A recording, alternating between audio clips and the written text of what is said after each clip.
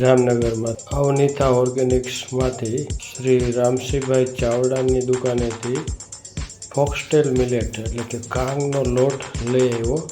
તો ચાલો આપણે કાંગની સાથે ઘઉં મિક્સ કરી રોટલી બનાવીએ. અહીં ઘઉંનો લોટ બાંધેલો જ છે. આ એરંડિયાનું તેલ છે, ક્લસ્ટર ઓઇલ કે.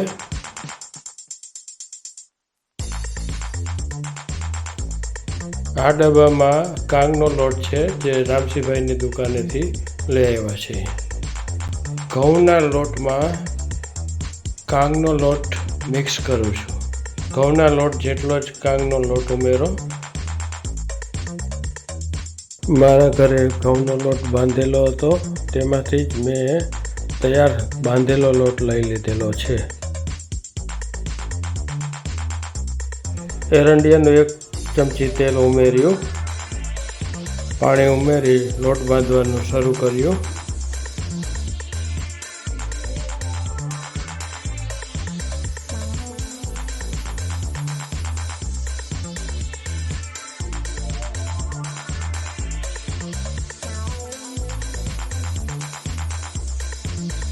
લોટ બંધાઈ ગયા પછી 2, 3, 4 કે ગોયણા બનાવી લ્યો.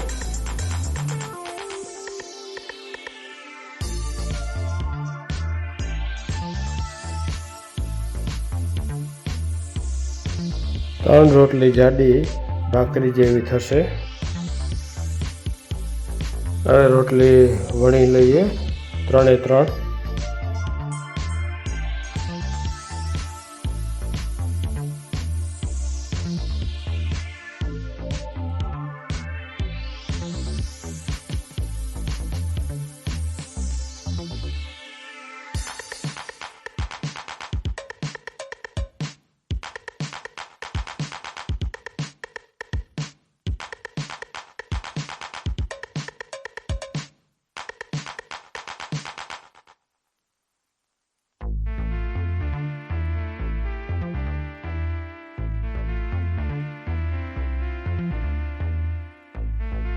રોટલી વણવી અને ગોળ રાઉન્ડ કરવી, તેના માટે પ્રેક્ટિસ કરવી પડે.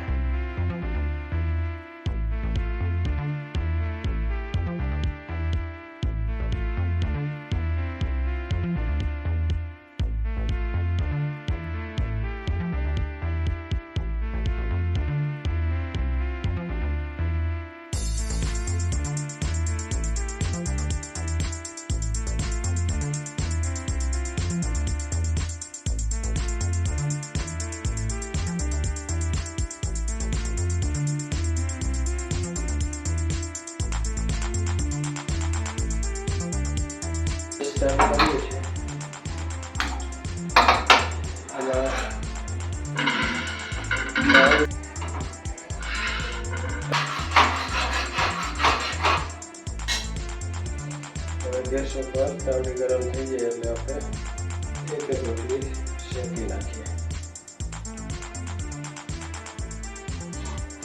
આ 3 રોટલી, 2 ને 1, 3 રોટલી આપણે શેકી છે.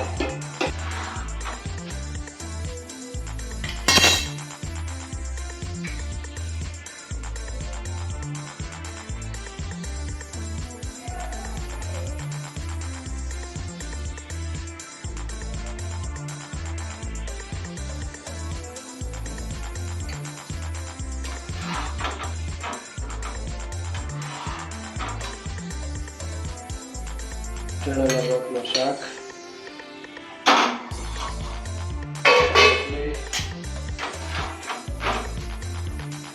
ગાયનું ઘી, થોડુંક ચોપડવાનું, ગાયું નહીં. આ થઈ ગઈ રોટલી ભાખરી. રોટલી કમ ભાખરી. રોટલી તો છે જ પાતળી, પણ પાતળી ભાખરી થઈ ગઈ. પાતળી ભાખરી.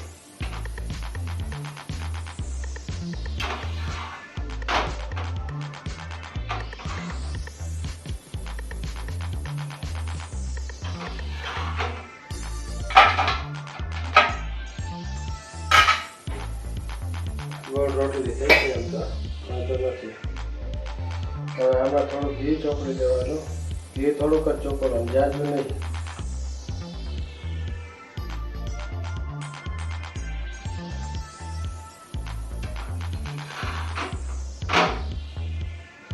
રોટલી, શાક, ગાયના દૂધની છાશ આ બધી જમી લેવાની ટેસ્ટફુલ. શ્રી ધાન્ય એક બુક છે ડૉક્ટર ખાજરવલીએ લખેલી, અને લિટલ મિલેટ્સ એટલે મિલેટ્સ વિશે આમાં સમજાવેલું છે. ડૉક્ટર ખાજરવલીએ દેશી આહારથી સંપૂર્ણ સ્વાસ્થ્ય મેળવાય છે એવું ડૉક્ટર ખાજરવલી કહે છે. હવે આ બુકમાં ઘણું બધું છે, પણ હું તમને જે આજે લિટલ મિલેટ્સમાં તમને ટૂંકમાં કહું આમાંથી બતાવેલા તો પોઝિટિવ જે લિટલ મિલેટ્સ છે શ્રી ધાન્ય એમાં છે કાંગ છે, કોદરી છે, પછી ગજરો છે એટલે કે કુટકી છે, હરીકાંગ છે અને સામો છે. આ છે પોઝિટિવ મિલેટ્સ છે. એમાં ફાઈબરનું પ્રમાણ ખૂબ વધારે હોય છે. બીજા એક તટસ્થ એટલે ન્યુટ્રલ મિલેટ્સ છે 5 પ્રકારના. એ છે બાજરો, રાગી, ચણા, જુવાર, મકાઈ. એમાં એને પ્રકારમાં લખેલું છે બધું આ બુકમાં, અને તમે એનો અભ્યાસ કરો તો ઘણું બધું જાણવા મળે છે. તો આના વિશે તમે આ બધું વાંચો તો આ બાજરો અને ઝીણા બધા કાંગ ને એના વિશે બધું આ સમજાવેલું છે. હવે હું તમને એક આનો જે ચાર્ટ આપ્યો છે, 5 પ્રકારના પોઝિટિવ ગ્રેન છે, ન્યુટ્રલ ગ્રેન છે 5 પ્રકારના છે, અને નેગેટિવ ગ્રેન્સમાં હાનિકારક ધાન્યમાં એને ઘઉં અને ચોખાને કીધા છે. ફાઈબરનું પ્રમાણ છે એ ઘઉંમાં 1.2% અને ચોખામાં 0.2%. જ્યારે મેં આજે રોટલી બનાવી, ઘઉં અને કાંગની આ રોટલી બનાવી, હમણાં તમને મેં ડેમો રસોડામાં બતાવ્યું, બનાવીને કીધું. આ રોટલી છે એ અત્યારે શાક છે ચણાનું, એની સાથે આ ડુંગળી રાખેલી છે, ડુંગળી સુધારેલી છે, આ છાશ છે. હેલ્થ માટે આ રોટલી સારી, પાચન ક્રિયામાં પણ આ રોટલી સારી છે. ફોક્સટેલનો લોટમાંથી અને ઘઉં અને લોટ બાંધવો શેનો પડે એટલે આપણે આમાં ઘઉં થોડાક લોટ હતો એટલે ઘઉંની લોટમાં મેં કાંગનો લોટ મિક્સ કરી અને બે મિક્સ કરીને બનાવ્યું. લોટ બાંધવામાં અને રોટલી વણવામાં સહેલી પડે એટલે આપણે આ ઘઉંનો લોટ થોડોક મિક્સ કર્યો છે. હવે રોટલી આપણે ટેસ્ટ કરીને બતાવી જોઉં છું કેવી લાગે છે. છાશમાં આપણે જીરું નાખીએ છીએ, જે પાવડર બનાવેલું મિક્સરમાં આ જીરું છે, આ જીરું નાખી મિક્સ કરીએ છીએ. અને મીઠાનું પ્રમાણ બહુ ઓછો. આ રોટલીમાં ઘીનું પ્રમાણ જરાક નથી. આ છાશ થઈ ગઈ તૈયાર. આ રોટલી છે, આ ડુંગળીના રોટલી. ટેસ્ટમાં આપણા ઘઉંના રોટલી કરતાં બેસ્ટ મળશે. તમે એક વખત પ્રયોગ કરી જોજો.